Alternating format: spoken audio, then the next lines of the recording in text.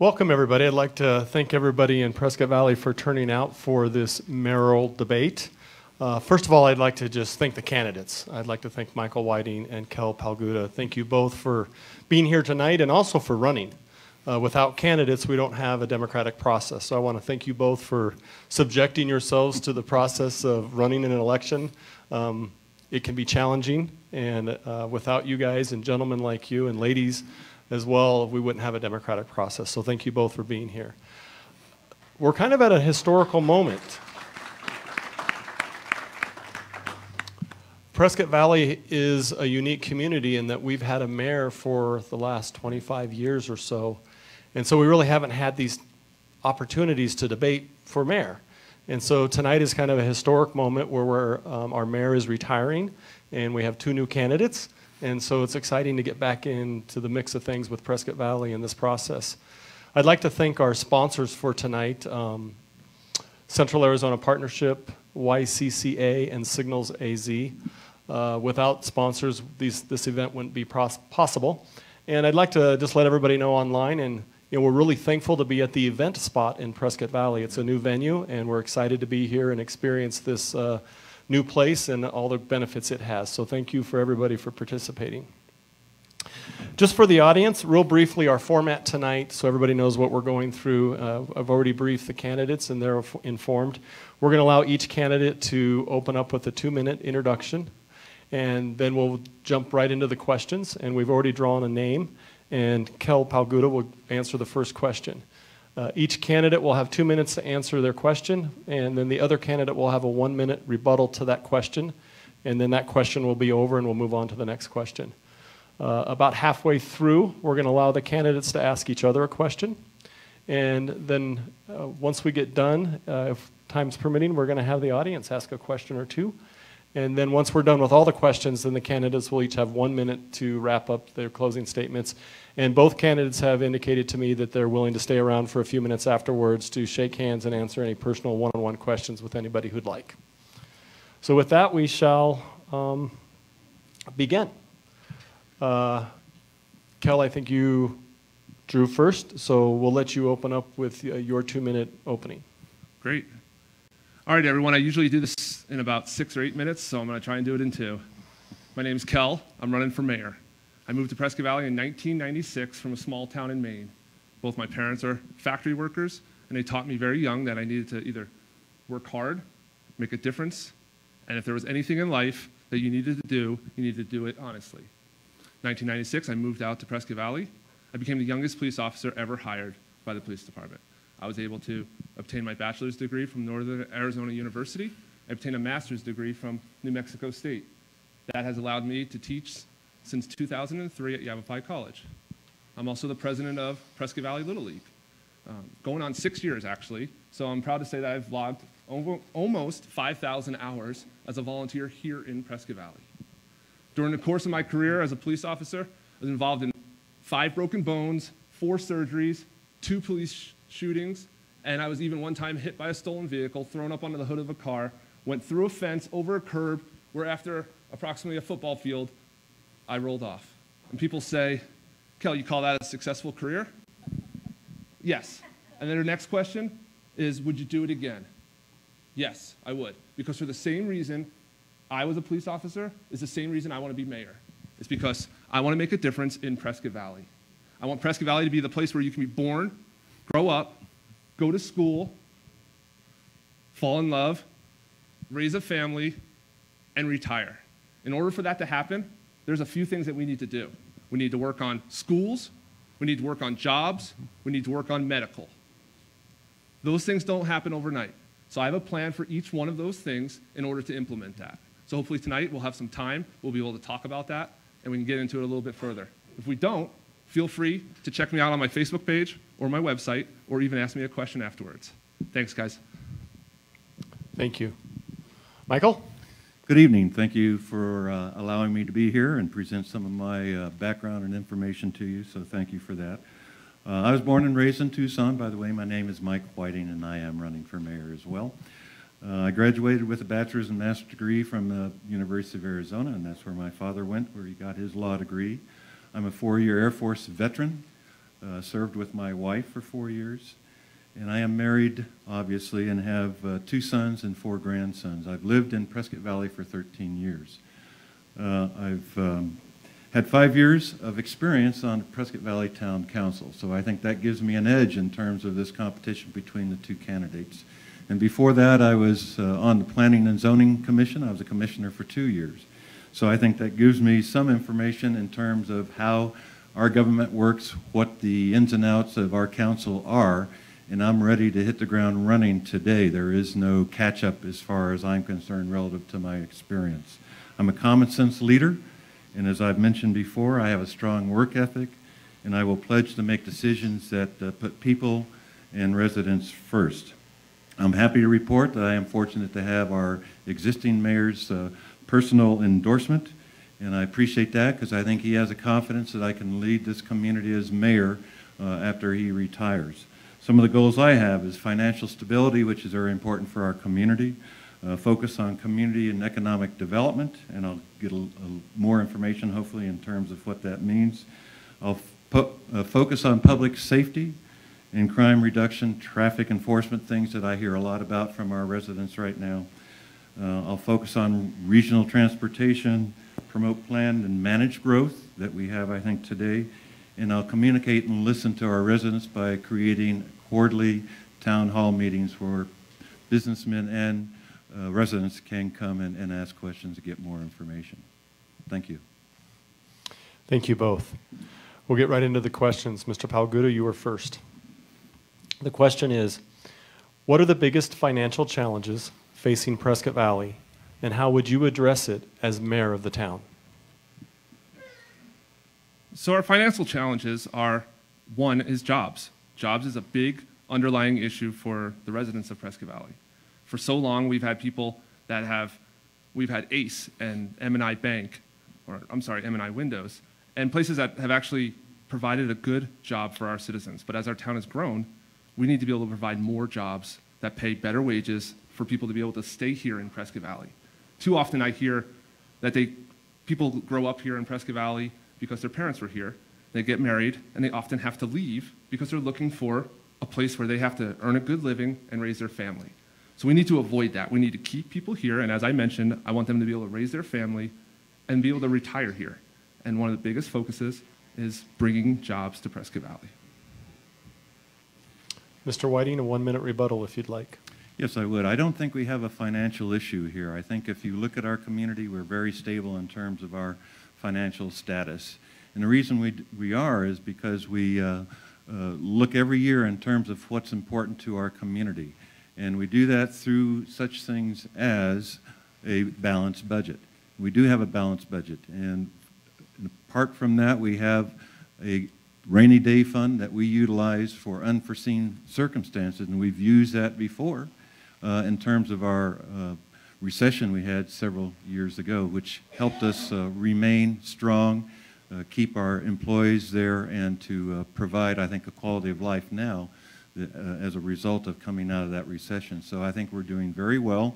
We contract out for a lot of services, so we don't have the infrastructure in terms of people and equipment. We don't compete with the private sector. We go out and contract for services in our community. Thank you. Next question to Mr. Whiting first. Do you feel the town is too dependent on revenues from home building? If so, what would you propose to diversify revenues? Mm-hmm. Yeah, I don't think we're overly dependent on revenue from housing. In fact, a lot of people feel that we're just exploding, and we're not. We've approved our first housing development after 20 years, and it's something that we don't have a lot of control of relative to the property owner. Ensuring that there's enough water to serve that development is something that we feel if the property owner is qualified, can do the things he says he can do relative to our community or general plan, then so be it. But obviously we have 5 planned communities or 6 planned communities that will build out over time. I think we're estimating 2040. And so we have plenty of time and a managed growth perspective to accommodate that. We depend more on sales tax, and that's why several years ago we felt that it was necessary to increase our tax by half a cent in order to do things like bring 9 new police officers on the force, which is, I think, turned around into being one of the safest communities in northern Arizona. And we've been able to attract or allocate over $2 million a year, $2.5 million this year in terms of maintaining our streets and upgrading our streets. So I would say we're more dependent on sales tax than we are for revenue from new home sales. Thank you. Mr. Palguta, 1 minute rebuttal if you'd like. So I wouldn't say we're dependent, but as a town, we've encouraged it. We've encouraged it because we've heard people say, well, if we have houses, it will bring the people, and then the people will spend their money in Prescott Valley. Well, the challenge with that, and for an example is, how'd that work out for Sam's Club, Albertsons, and Kmart?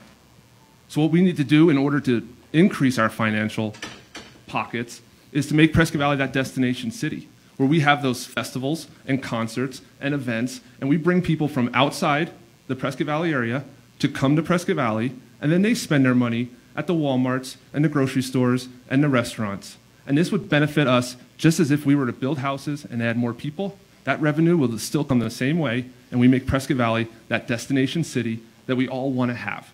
We don't want to have to become a little northern Phoenix. We want people to come to Prescott Valley, and then we want them to leave, so we can enjoy the town that we moved into. So, thank you. Thank you. Next question, Mr. Palguta, you're first. In regards to spending and how the town plans its annual budget, where is the town spending too much money, or where is the town not spending enough money? Currently, our budget, the biggest expenditure we have is payroll. So how do we lower that amount? Do we fire people? Do we lower jobs? No, of course not. We make people and the jobs that they do for the town more effective. That then gets us a little bit more work out of each employee. So then we have money that comes from, that we're paying out for payroll, we can then use for other services for the town of Prescott Valley. One thing I've brought up numerous times is our Prescott Valley Library is closed on Sunday. A lot of people that I've spoken to, when I go out in the public, they want to know why the library is closed on Sunday. Why can't they bring their children to the library on Sunday? I've spoken to librarians. They've all expressed interest in opening on Sunday, and it's just not, it's a decision as a town that we need to reallocate or put where our emphasis are. We need to provide services for the town of Prescott Valley, and we are in a position where I refer to Prescott Valley as we are customer-oriented. The town of Prescott Valley needs to provide the customers, which are the citizens in this room, with a service. Because if we don't provide them with a good service, just like anything else, you go to a different town or use a different store, you go to a different business. So that's why it's important that we look at how we are spending our money and what we can do best to make the services in Prescott Valley better. Thank you. Thank you. Mr. Whiting, 1 minute rebuttal. Yes, I think we allocate most of our funds to the police department, public safety, and that's something I think our citizens want to see.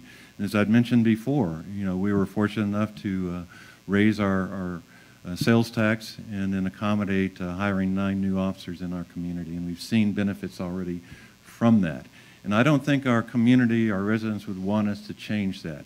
We sit down every year, as I'd mentioned, in a very rigorous process relative to how we're going to allocate funds. We depend on our department heads and our city manager to give us an idea of what are priorities to them. And then we make a decision as a group together in terms of how we're going to fund our organizations.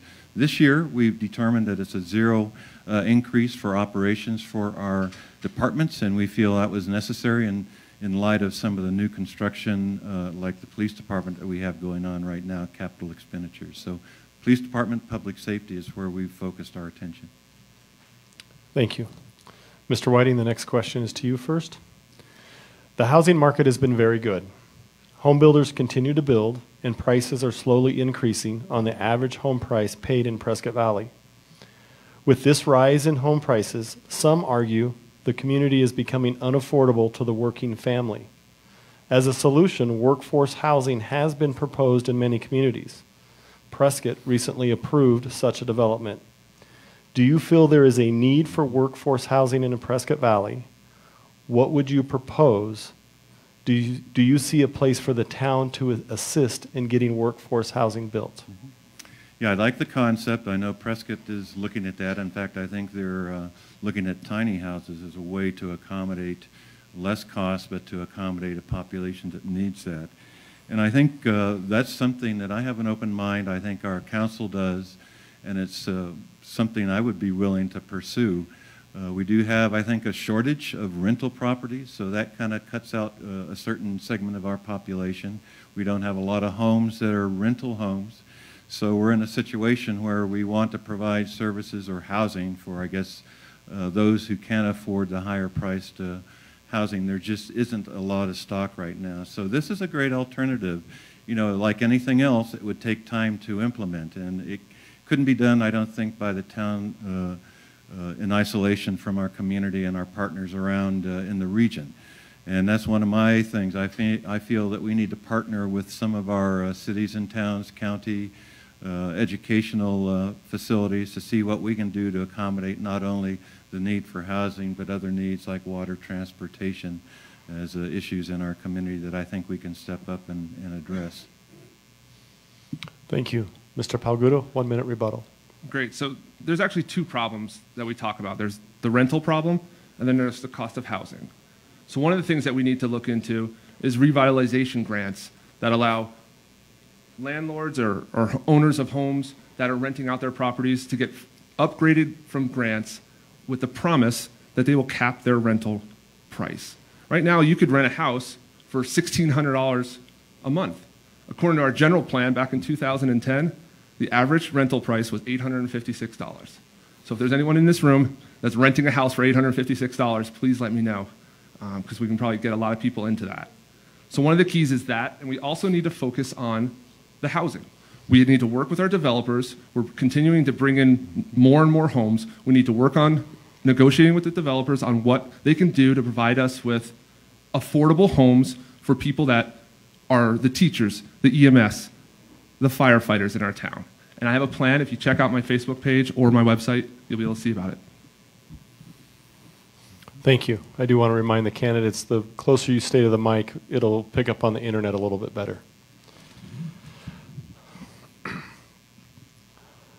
Kell, this question's for you first.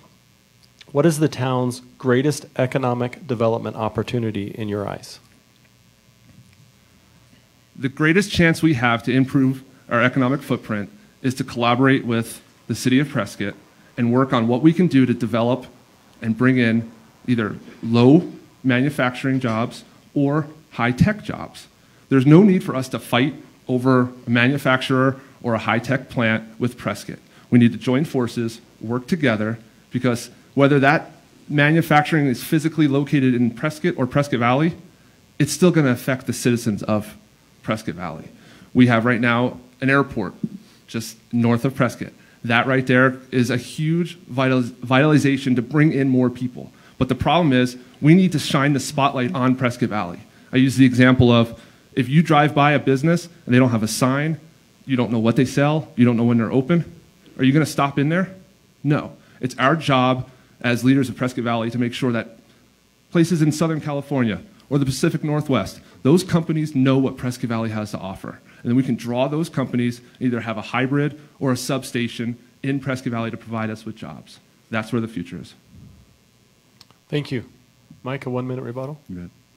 Yeah, I just wanted to mention that we do have other home opportunities here for low-income people. We do have community development that does focus on federal grants that provide for revitalization, so don't think we don't. We also have Section 8 housing for our elderly, and that's something that's a great resource in our community already.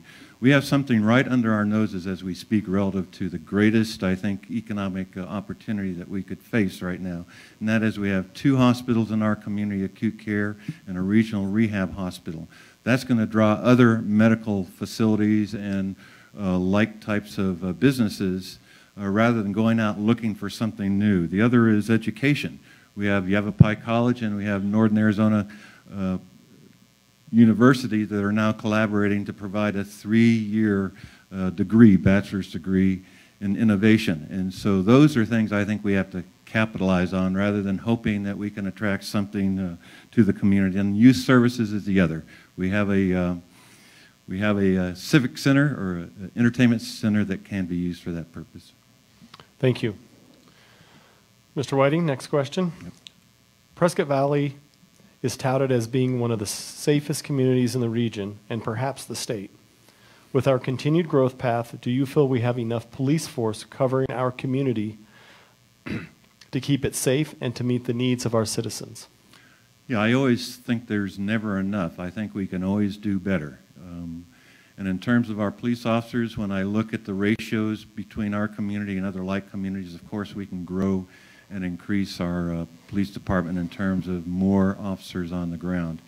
And, you know, I think it's a matter of priorities, and that's always something you have to consider. You know, we can't shoot from the hip and think, well, in order to continue to provide a safe community, we have to hire 5 new officers a year. We have to look at that in the big picture in terms of what is our community looking for. And I've always felt that we have a high level of a great life here, I think, in terms of Prescott Valley. That's why it is a destination. That's why people want to live here. And so that's something that, yes, we can improve that. I think we'll look at it in our budget sessions relative to public safety and ensuring that we continue to keep our communities safe. But we have to look at other things that mean a lot to folks as well. And that's something that we determined as I think, a management team through our town. It's not done in a vacuum. And if you look at our community plan, it also outlines some of those areas that we feel that are important relative to our community. But public safety is one, quality of life is another, and I think those are things like streets, public safety as well, of course, and the fact that we want to ensure that we have managed growth so we can handle the growth, and we have the water to provide, which we do, that will exceed, I think, some of the developments we're looking at that are enclosed in our community plan. So yes, we want to work on that. I can't tell you right now. I don't have a crystal ball, but it's very important to our citizens and our community. Thank you. Mr. Palguta, 1 minute rebuttal. So most people look at a town and they judge it based off of what that town has to offer. And the crime or the safety of the citizens is important. So not only do we have to have more officers, or we have certain officers in place, but those officers we just can't stock it with 10 more new officers is going to solve the problem. We have to make sure that there is a plan in place with our command staff, that each officer is then provided with a specific role in the community. One of the examples I use is we have an officer that needs to be specifically related to DUIs, or driving under the influence. So their sole job would be to go out and make our streets safe every single night. There's no sense just having 10 or 15 officers on patrol if we don't give them the tools or the opportunity to make our streets safe. So that's where it comes down to, as a council and a mayor and a town manager, they all need to be on the same page in regards to what services are more effective for the town of Prescott Valley. Thank you. Mr. Palguta, next question's to you. It's like rapid fire when you It is. So don't breathe too long. A key role with many municipalities is to provide basic services to the citizens it serves. Police, fire, water, sewer, and roads are to name a few. What basic services do you feel need improvement, if any? Why or why not? Okay. So I think this is a multi-pronged answer we have going on here. One, I speak a lot about our roads. It's a hot topic. I go out every day and I talk to citizens, and they say the roads need to be provided in a better situation, or at least maintained better than they have been. And the example of that is we maintain our roads the same exact way we did 25 years ago. 25 years ago, I think we had a few less cars on the street and a few less roads. So one of the things that I talk about is the priority of roads in Prescott Valley. You could live on a cul-de-sac in the Viewpoint, and you will be on the same rotation as if you were on Florentine Road getting that road fixed. That needs to be readdressed. We need to come up with new ideas and new thoughts on how to solve a problem. It is 2018. I'm sure there's other ways that we can at least look at to fix our roads a little bit better, or at least get longer usage out of those roads. I'm not saying every answer or every question will have the best answer, and it might not always work. But at least we got to try and provide that service for the citizens. Thank you. Thank you. Mr. Whiting, rebuttal? Yeah, I think there is a distinction in terms of how we maintain our streets and roads in Prescott Valley.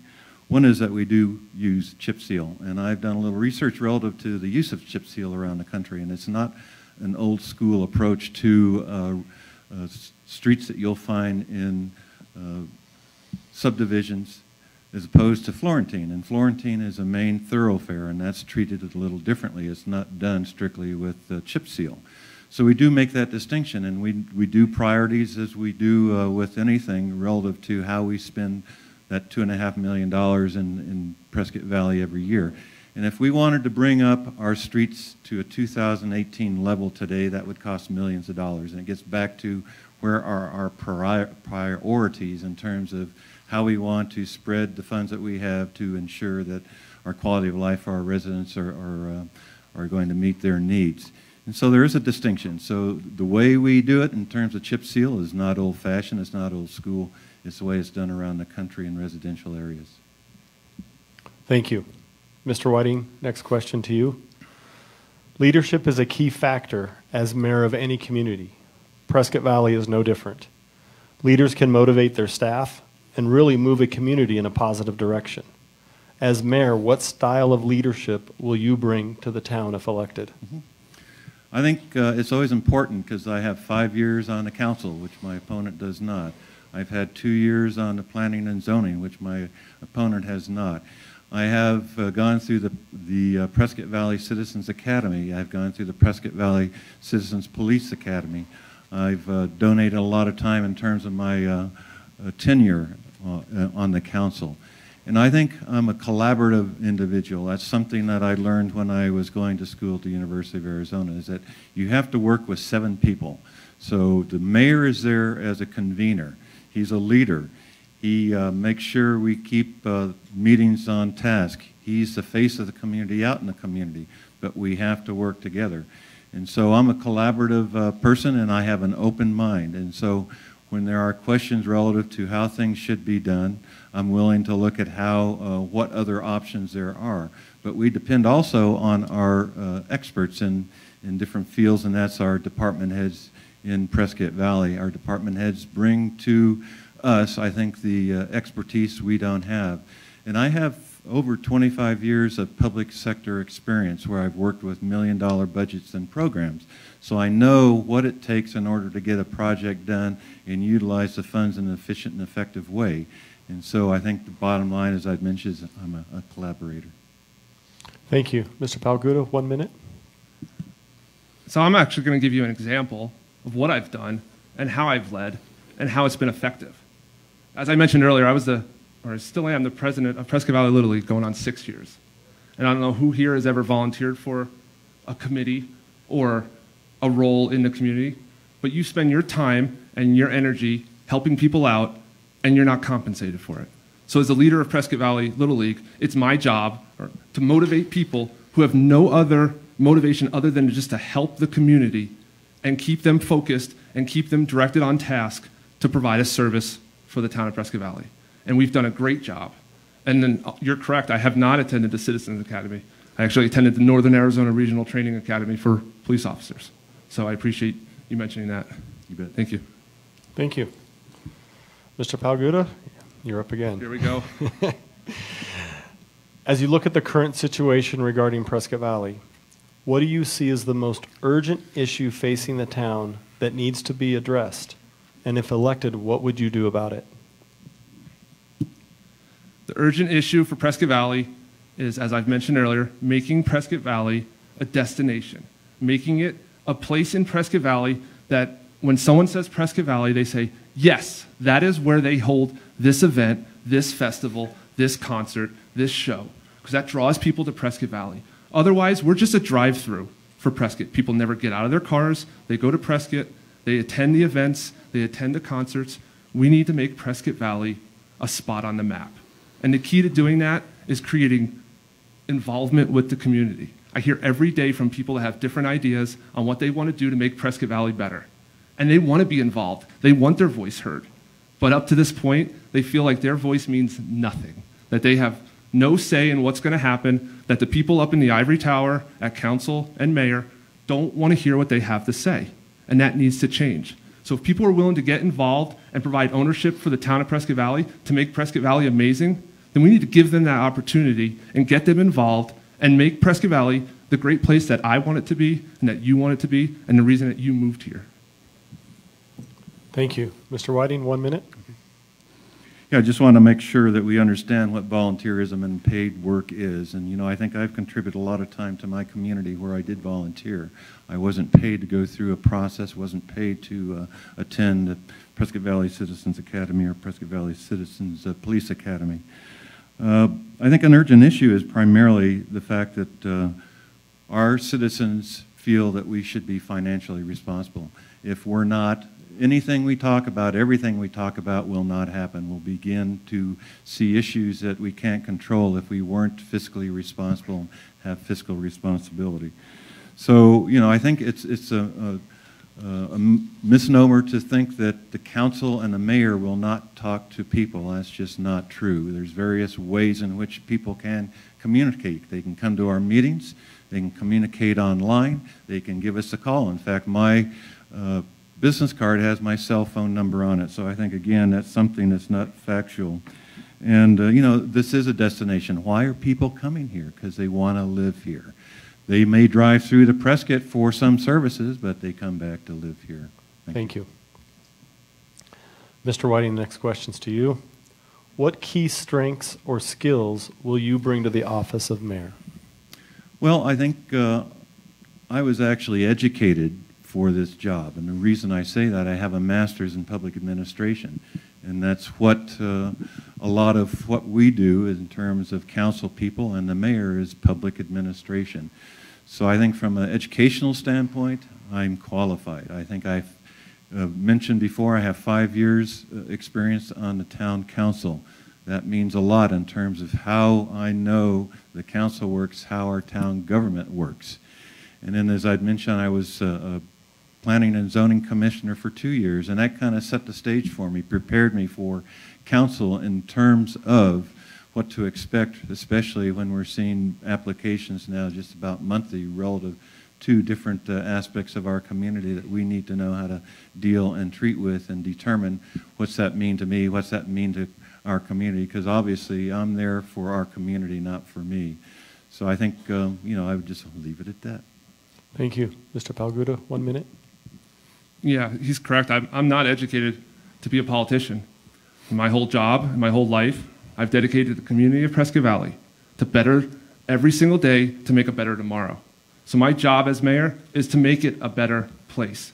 I want to be able to wake up in the morning, hear what your problem is, because then your problem then becomes my problem. And I want to make sure that you have someone that you can call and that you can ask what is going on about this. So at the end of the day, it doesn't come down to what degree I have sitting on the wall. It comes down to what I've done for this community for the last 20 years.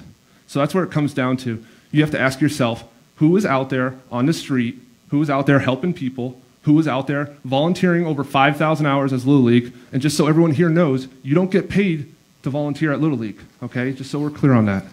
Appreciate the time. Thank you. Mr. Palguta,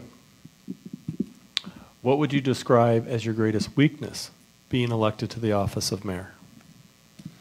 So my wife's here, and I'm sure she's going to maybe agree or disagree with this, but the problem I have, or my biggest weakness, is when someone presents a problem with me, I want to be able to solve that problem. I want to figure out what we need to do and how we're going to fix it all within the first hour. And I'm not going to sleep until that problem is solved. I don't have what I would say the patience to wait on others to fix things. If there's a problem or a question, I want to know what the answer is and how we're going to fix it. I don't ever want to hear, this is because this is the way we've always done it. I want to hear, although this is a problem, how do we fix it? How do we get around it? How do we make it work? So that's what probably my biggest weakness is. Otherwise, maybe my cooking, I don't know. Hopefully you won't bring your cooking to the office of mayor. Thank you very much. Mr. Whiting, 1 minute. Yeah, I guess I'm overeducated is my weakness, but I have heard this before, I'm overqualified.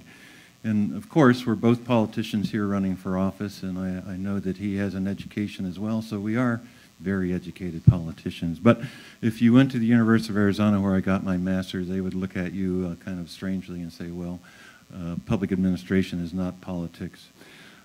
So I think my weakness is the fact that I may have more qualifications that the normal person would, especially as it concerns my experience.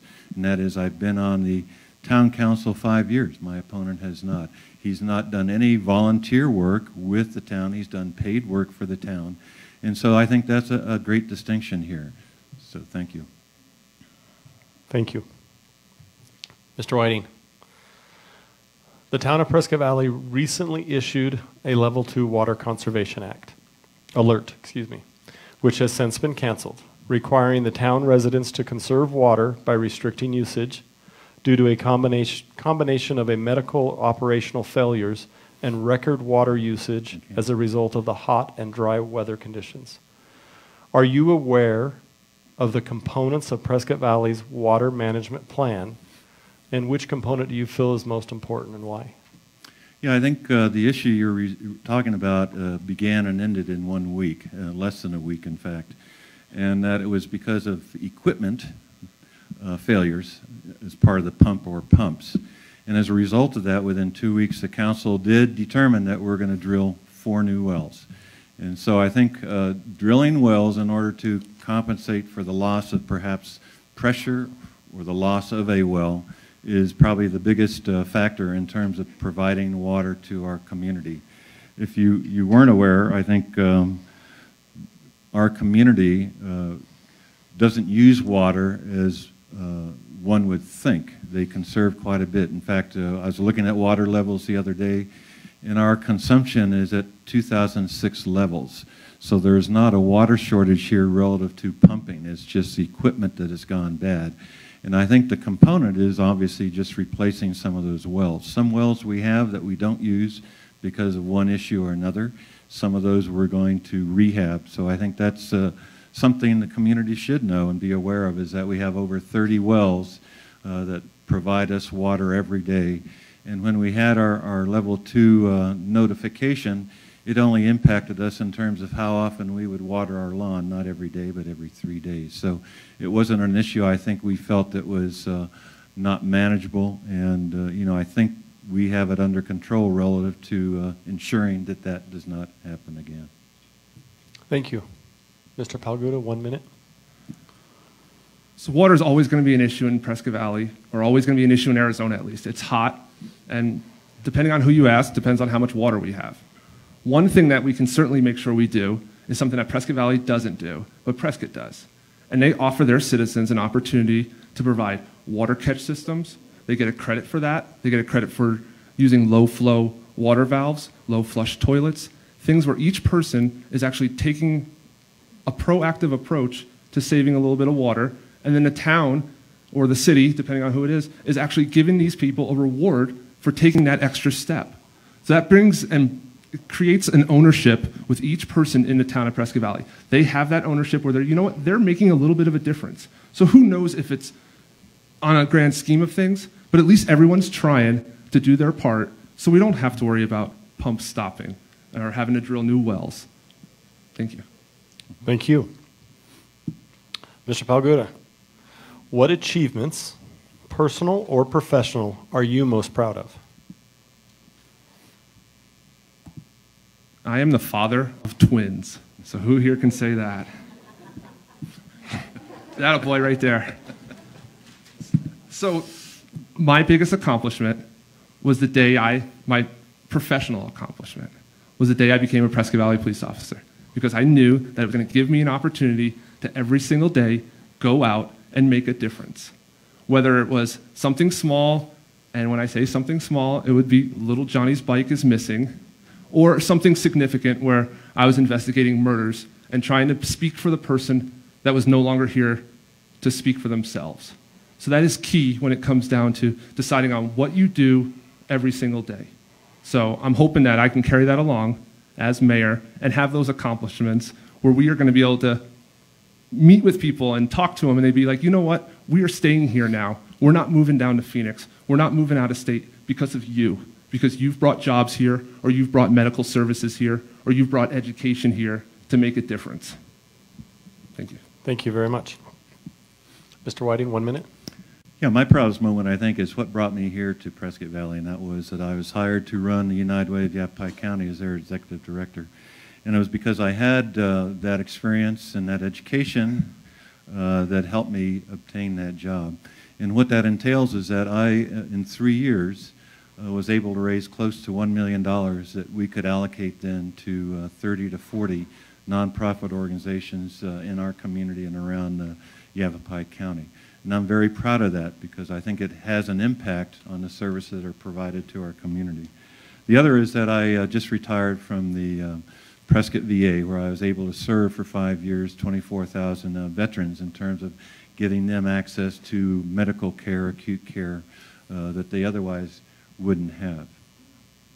Great, thank you. All right, we're going to change the pace, Mr. Whiting. What do you know about the sponsors of this event? Central Arizona Partnership and YCCA. Mm-hmm.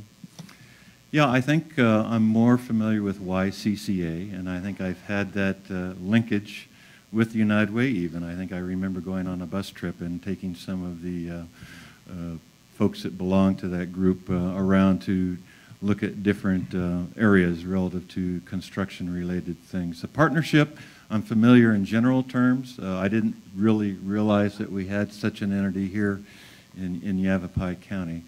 But I think it's something that we all like to see in terms of we have a construction group that gives a lot to the community. The partnership, I think, as well. And, you know, as I talked about, the United Way is a partnership of agencies. So I like to see these. One thing I did was I founded a civic organization here in Prescott Valley. And before that, I was Arizona State governor for that organization, where I oversaw 50 different organizations providing services in the community. So even though it's kind of sliding around the question a bit, I think they're services, or at least programs or organizations we need in our community, and we support, help, we like, and thank you for your support, especially for tonight's venue. Thank you. Mr. Palguta, 1 minute. So the Yavapai County Contractors Association is what brought us all here today.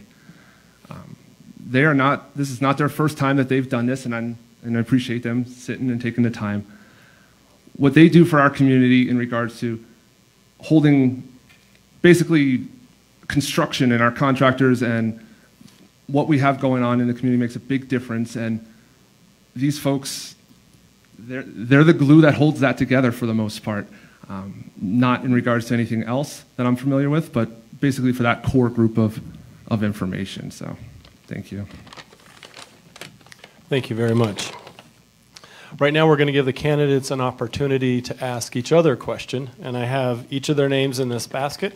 I'm going to ask for a name to be drawn, and whoever name is drawn will ask the first question. Mr. Palguta, you get to ask the first question of Mr. Whiting. The first question, we're going to have multiple? Just one. I'm sorry. You get to ask, then he gets to ask the second question. Fair enough. Sorry about that. So, Mr. Whiting, you've been on council for 5 years, 6 years, 6 years, 5 years. You've had the opportunity to have your voice heard. You've had your opportunity to implement change. What makes the difference between the day you become mayor to the last 5 years? Why haven't we had change on certain things that you want to change now as mayor? Well, I don't think it's about me. I think our first focus is always going to be our community and our residents. And we depend on their input. And as I'd mentioned, we have a cadre of professionals that work for Prescott Valley in terms of our department heads. And we depend on them to bring us, I think, issues relative to what needs to be changed. So it's not something I feel that I can contribute to unless it's something that's important to me. We've talked about expanding the Boys and Girls Club. We finally have been able to do that. That was something I wanted to do. In fact, one of our clubs that I founded here wanted to work with them in order to assist them in terms of some of the goals for their youth. And so I think things like that. We've talked about also bringing a YMCA here, and that takes time, but again, that depends on the community. And that is, it's not something I, as a sole person, can do on the council or as mayor, but I can facilitate and work with my council members and with our department heads to determine what's going to be appropriate for our community from year to year. And so I think, again, it's not about me, it's about our community. Thank you. Thank you. Mr. Whiting, you may ask a question. Okay. Yeah, I think we've talked about, and I've often questioned, what do you feel qualifies you for mayor? And that is, you know, you've looked at my experience, 5 years on the council, 2 years on planning and zoning, as well as volunteering for various efforts here in Prescott and Prescott Valley. What do you feel qualifies you to be mayor? So I look actually at it that not only do I have more experience living in Prescott Valley than any current council member, I have more experience working directly for the town. In fact, I'd be the only employee who's ever worked for the town of Prescott Valley who has actually run for mayor. I work directly with the town manager, Public Works, Parks and Rec, for over 20 years. This has given me an opportunity to build those relationships that are necessary to be an effective leader with the town of Prescott Valley. Is there more to it, Mike? Nope, that's good. Thank you. Thank you both. All right, we're on the home stretch. Kell, this question is back to you. Man. Prescott Valley has benefited from an identity of being friendly to the business community, easy to work with, fast to process permits and new business licenses, and welcoming new development, businesses, and citizens of all sorts. How do you plan to keep that momentum moving forward? So the key is we do have those relationships with the businesses of Prescott Valley. We have Chamber of Commerce. They often have events where they have individuals coming together that are part of businesses where they build that camaraderie.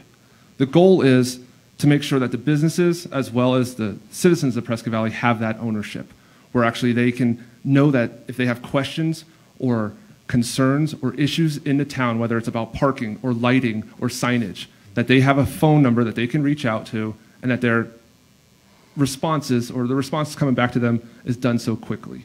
Because then businesses know other businesses. And if we want businesses to come to Prescott Valley, they're going to do their homework. They just don't pick a day and say, hey, we're going to move our business to Prescott Valley. They're going to want to reach out to the people in Prescott Valley, the other businesses, and say, hey, how is it like working with the town of Prescott Valley? Do they help you with this? Do they not help you? Are they responsive to your concerns?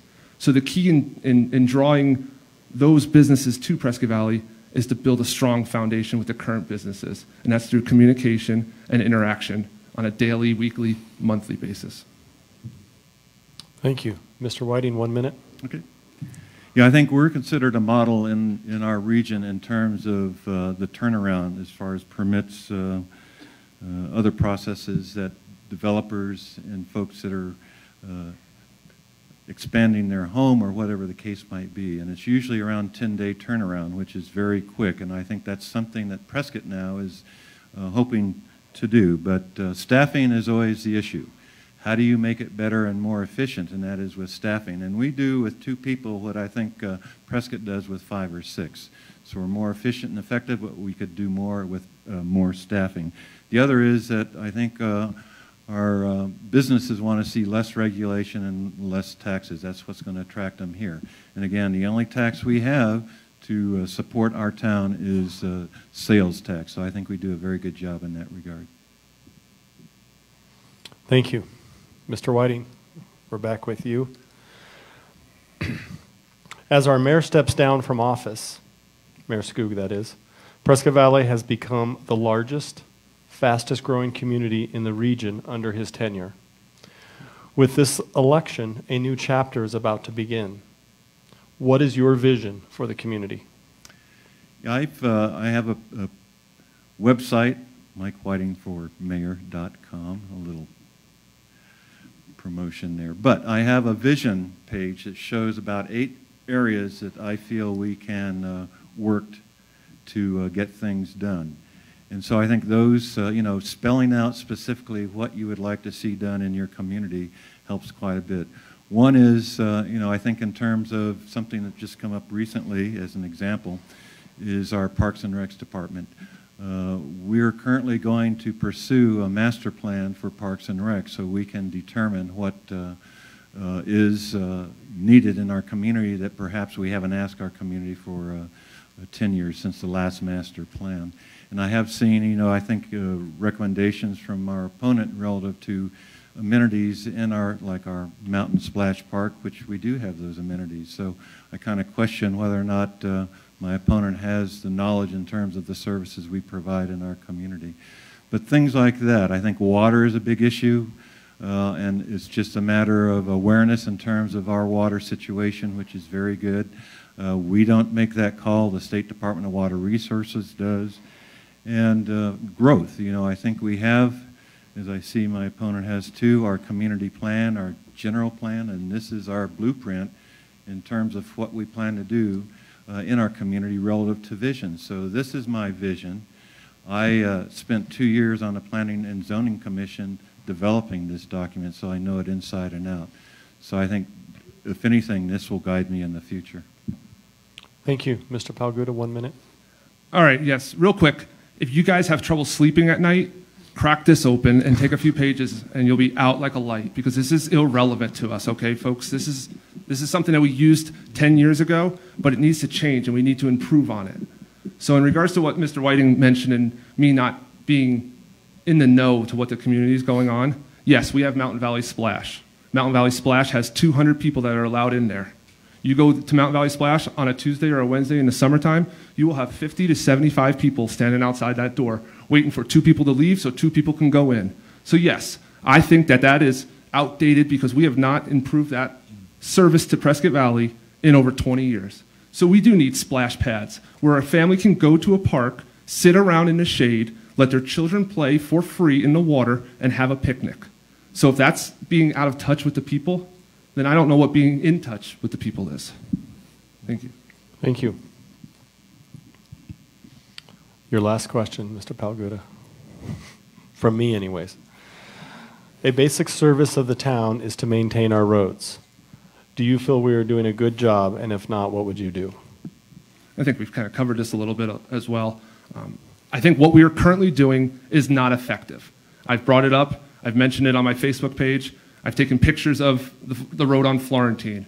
Florentine east of Navajo is one of the worst roads in Prescott Valley. If you drive down it, there's potholes. I see people nodding their head because they actually agree with what I'm talking about here. It is basically a one-lane road. My opponent will mention that, hey, they're definitely going to be improving it this year. But in fact, Florentine Road is 2.9 miles. They're going to improve 900 yards of Florentine Road this year. So the rest of the road is falling apart and is dilapidated. So what we are currently doing is not effective. We have too many cars on the road for what we're doing. So all I'm saying is we need to take a step back, look at the options we have in Prescott Valley, and see if there's something better. And if at the end of the day, they come and say, you know what, this is the best we have to offer in 2018 or 2019, then we're stuck with it, and we just are able to just go ahead. But at least we have a response to the citizens of Prescott Valley. Other cities and towns in Prescott Valley or in Yavapai County do not do the system that we do. We're the largest town/city in Yavapai County, and I think we need to act like it, and we need to provide those services for the town. Thank you. Mr. Whiting, 1 minute. Yep. Well, I did want to say that I don't want to diss my residents, but our community reviewed this to whatever extent and approved it at one of our elections. So I'm going to say our citizens support this, have read it, agree with it, and that's why I think we use it as part of our vision. This will be updated, by the way. It's 2025, so we're getting close to a time when we will revise this document and update it. Florentine is a priority, you know, in terms of what we're going to do to upgrade those areas that need attention. And you can badmouth it all you want, but I think once you see it being upgraded, the edges are repaired, that you won't recognize it. But it's a shame that we look at our community as being old-fashioned when, again, we are a destination for people who want to move here every month. We see houses being built, and the demographics is primarily retirement, which is, I think, the case right now. And until we are able to bring other industrial manufacturing jobs and retail, that'll change. Thank you. Mr. Whiting, last question to Yep. you from me. The town of Prescott Valley has an assured water supply program. Can you explain what this is and why it is important to Prescott Valley? Yeah, the assured water is something that I think is not understood as well, or awareness, and that is that we have an aquifer that has about 2.9 billion acre feet in its aquifer. And that aquifer is set aside and going to be used, it's only used for our planned developments that were approved 20 years ago.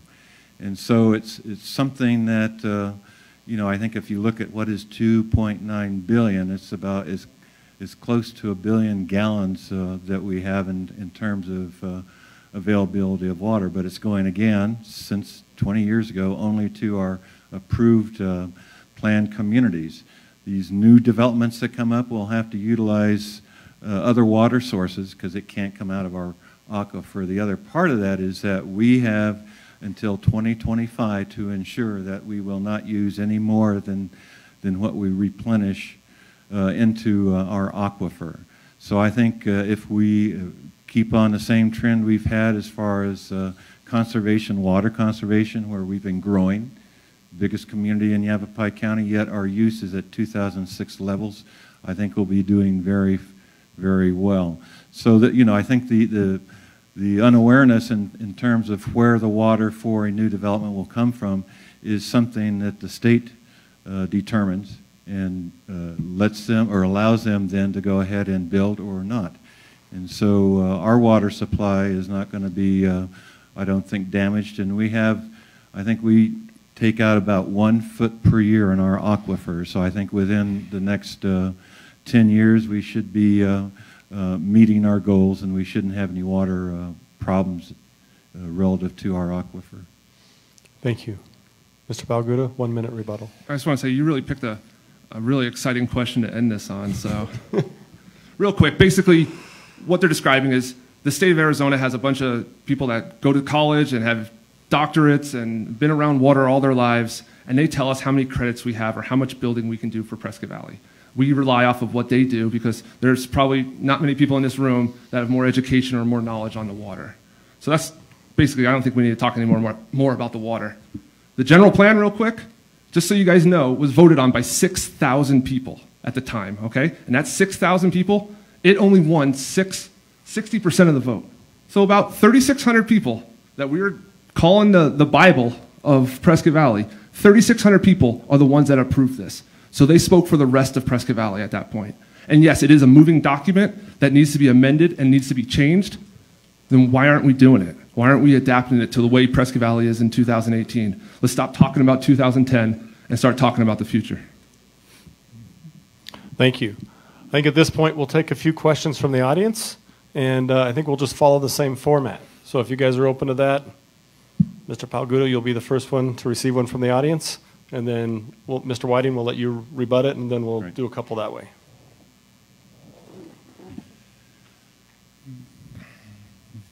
Let's hope it's about water.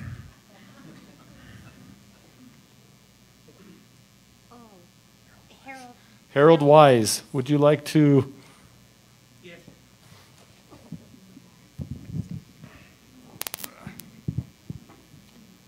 You're gonna have to meet me halfway.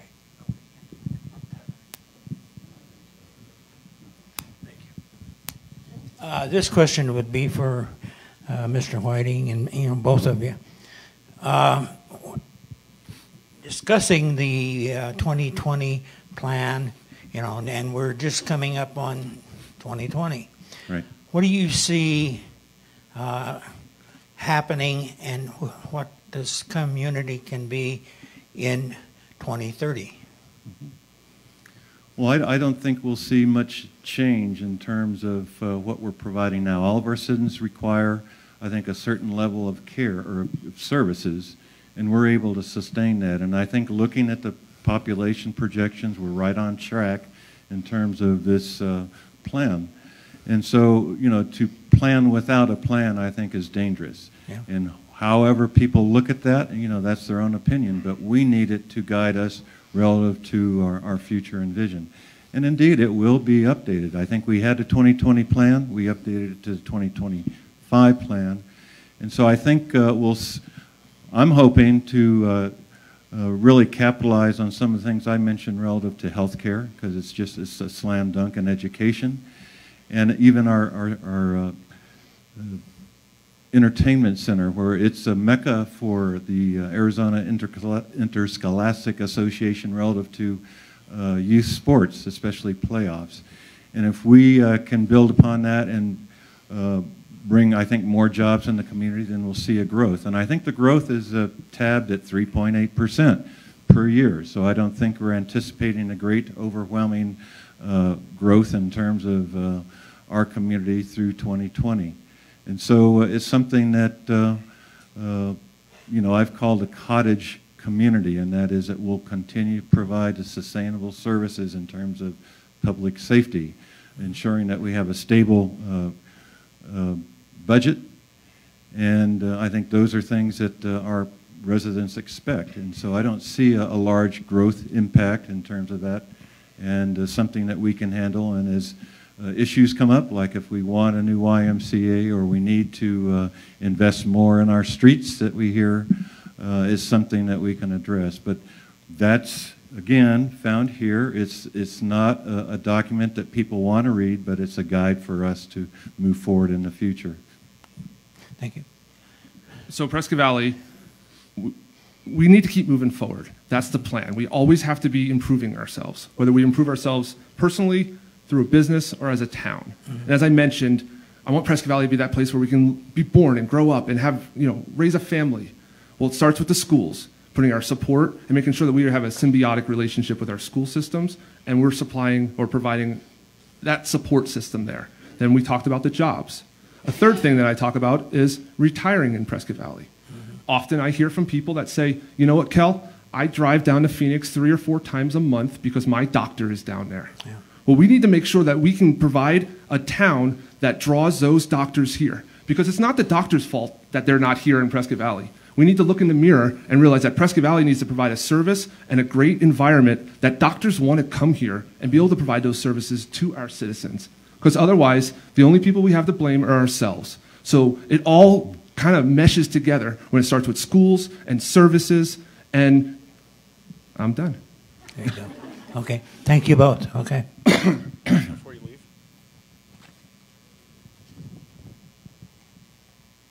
Thank you, sir. Nancy Johnson. Is that right? There's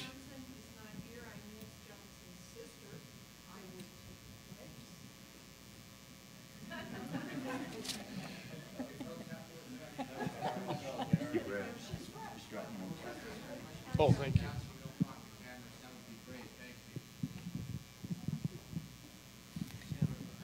Thank you. My name is Bear Shimon. I've lived here for almost 14 years.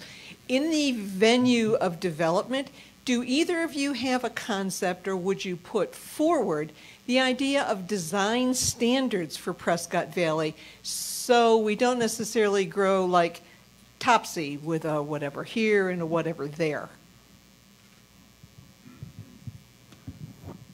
All right, ma'am, that is a great question, because for the most part, we've all been to those communities that you're wondering, hey, why is there this business here, right next to a school, next to a house, next to a Circle K?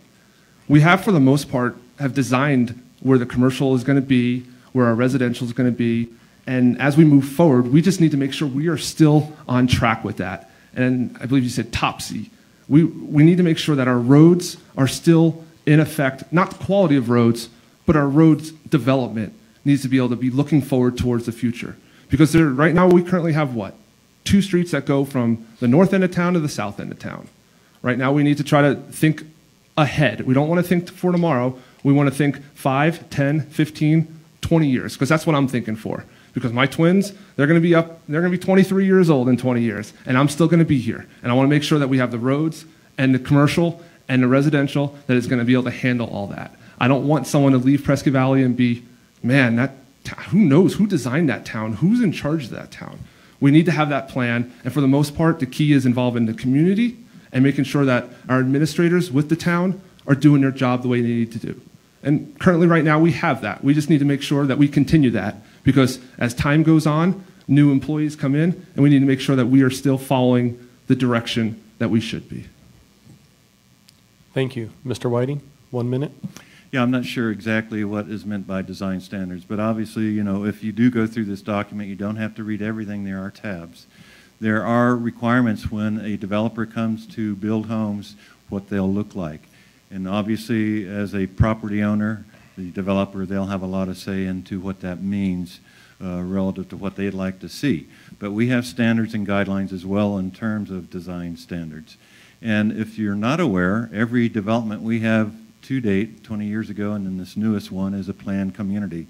So it's something that probably is a higher echelon type of a community relative to design that you normally wouldn't see in a regular development. So I think we're fortunate in that situation where we're able to see, I think, a high end homes that we normally wouldn't see, and the designs, of course, will change over time.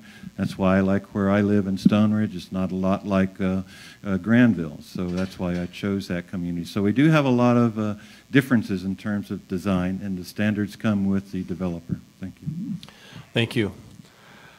Well, we're right on time, so I think at this point we'll get to our closing comments.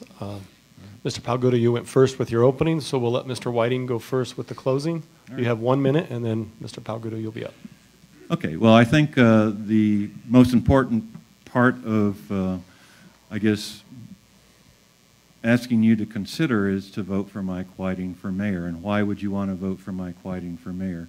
Because I'm qualified. You can downplay education, you can downplay the experience on the council, that it doesn't matter, but it does. I think it's something that's, you know, where I come from, if you don't have the experience, you don't get the job.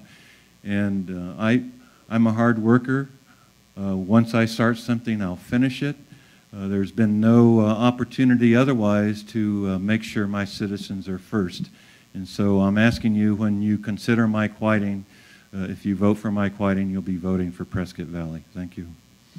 Thank you. Mr. Palguta. Great, guys. So basically, you have two choices. It's obvious. And there's a fine line. It's going to divide both of us. You just need to ask yourself one question. Who do I align myself with most? Who do I see taking the town of Prescott Valley into the future? There's one choice, and there's another choice. And when it comes down to voting, whoever you vote for, it's the right choice for you. And you just need to ask yourself that. Don't worry about what someone tells you, what you've read. You need to line up with who you have the best sight with. So I'm about the future. Experience, you talk about experience, I have experience. But that's in the past. No one wants to know what's happened in the past. No one wants to know what desk I sat behind, or how many crimes I've solved, or how many little kids I've coached in Little League. They want to know what's going to happen tomorrow and next week and the week after. And that's the key, is to look towards the future and what we can do as a team and as citizens that build ownership to make Prescott Valley better. My campaign motto is every voice heard. So whether or not you vote for me or not, I still want to hear from you, because where you come from, something may have worked really well that we could do here. Thank you. Thank you, and thank you both. Well, that concludes our questions for tonight, and I just have a couple comments at the end here. I want to thank, first of all, our candidates for being here tonight and for running for office. Without you, none of this happens.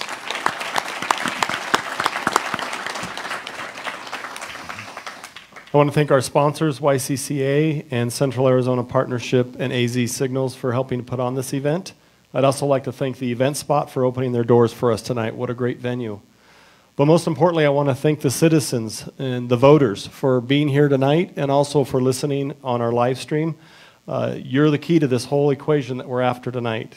Our democracy relies that we citizens be educated about the candidates, be engaged, and most importantly, vote when that day comes.